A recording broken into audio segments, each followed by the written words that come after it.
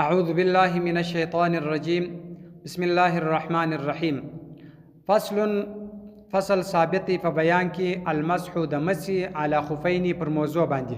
بیان د دې دی چې اوس پر موضوع باندې مسح کول پر څنګه طریقه باندې کیږي، د کومه وخت کیږي، دا بیان درته کوي.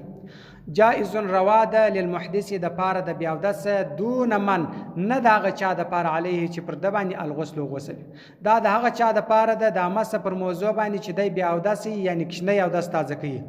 د هغه چا د پاره د پر موضوع مسح کول دا جایز ده. او پر هغه چا باندې چې غسل پر واجب، پر هغه چا د پاره مسح پر موضوع باندې جایز نه ده. و فرضه فرض د دغه مسح چې د خطونه دي قدر اندازه 3 اصابع اليد، 3 ګوتې د لاس، فی اسفل من الساق، د کښته څخه بیا در پنډۍ پورې، در دغه ځا پورې دا ګوتې کشول علی ظاهر الخفی، پر ښکاره د موضوع باندې. ګوره د ګوتو د خواصه در پنډۍ پورې پر دې باندې دا 3 ګوتې د لاس داسې راکشول، دا د موضع مسح سوه. بیا پر دا بله موضع باندې د بل لاس 3 ګوتې راکشول، دا د موضع مسح سوه.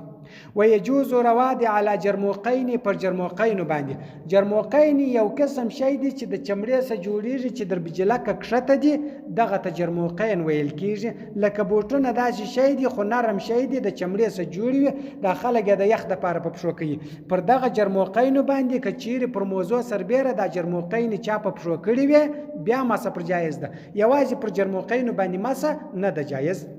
وکل ما، هر هغه یسترو چې پټوي الکعب و بجلکه، او پر هر هغه شی باندې مسح جایز ده چې بجلکه په پټیږي، هغه که موضع وي که دا جرمق وي. که جرمق دونه غټ ولو چې بجلکه په پټېدل هم مسح پر جایز ده. یوازې پر دا جرمق باندې هم که چیرې بجلکه نه په پټېدل، در بجلکه لاندې و بیا پر دې باندې یوازې مسح جایز نه ده.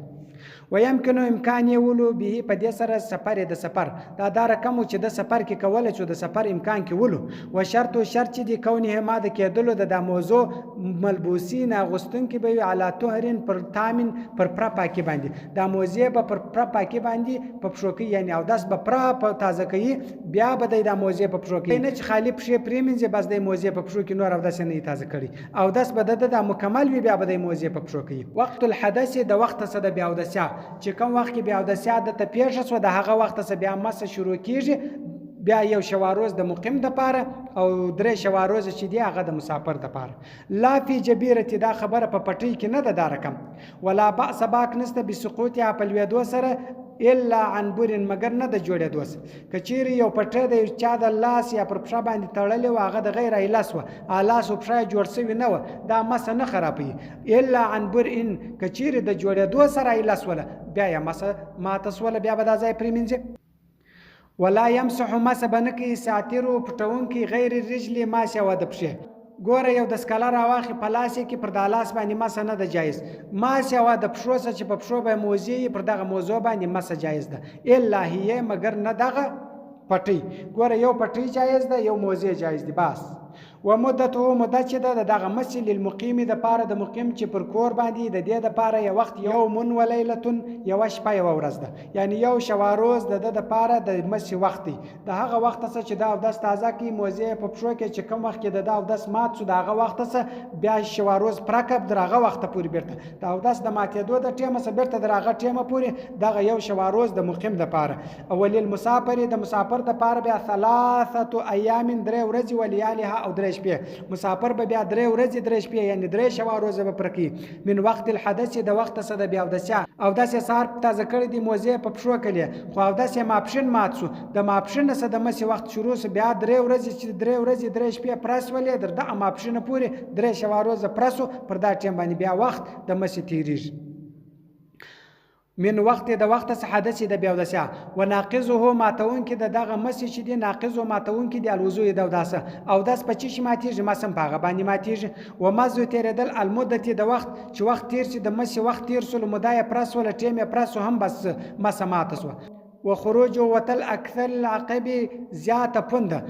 پونده کچیر د موضوع سره وختل، دا هم مسح ماتي. الا ساقي، د پوندې وخاته. و بعد احد هذين الامرين، ورسته دغه دوه امرو چې یو وخت ردل دي او یو پښه ختل دي د موضوع څخه، دغه څه یجب واجبېږي غسل پرمنزل رجلیه، د پښو چې دا دوه کار رااله، یا مدت یې رسوله او یا پښه د موضوع سره وختل، بس پر د باندې واجب دی چې دی به پښې منځ بیرته د سره فقط نه بل څه یمنعه منکیي دغه مسح خرق سریوالی یبدو چې ښکاره کېږي منه د دې څخه ثلاثه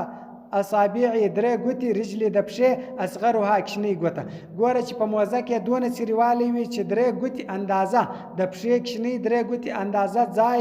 در معلومیږي پر دغه موضوع باندې بیا مسح جایز نه ده که په یوه موزه کې دونه څیروالی و یعنی په دا موزه کې سرې وله ډېر سرې وله چې دا سرې سره راجمع کې درې ګوتې اندازه د پښې کې وله دونه سری جین جوړېدی په دې باندې بیا مسح جایز نه ده او که څه سری په دا یوه موزه کې وي څه په دا بله موزه کې وي چې د دواړو د راواخې درې ګوتې کېدل پر دې موضوع بیا مسح صحیح ده د دواړو موضوع دا نه شمارل کېږي د یوې موضوع دا شمارل کېږي ویجمع جمع کېږي خروق و سریوالی خفې د یوې موضوع لا خفین نه د دواړو موضوع د یوې موضوع دا سره جمع کېږي د دواړو موضوع دا نه سره جمع کېږي وفي سفر په سفر کې المقیم د مقیم یو سړی مسافر دی د سفر سره علی مقیم سلو یا یو سړی مقیم دی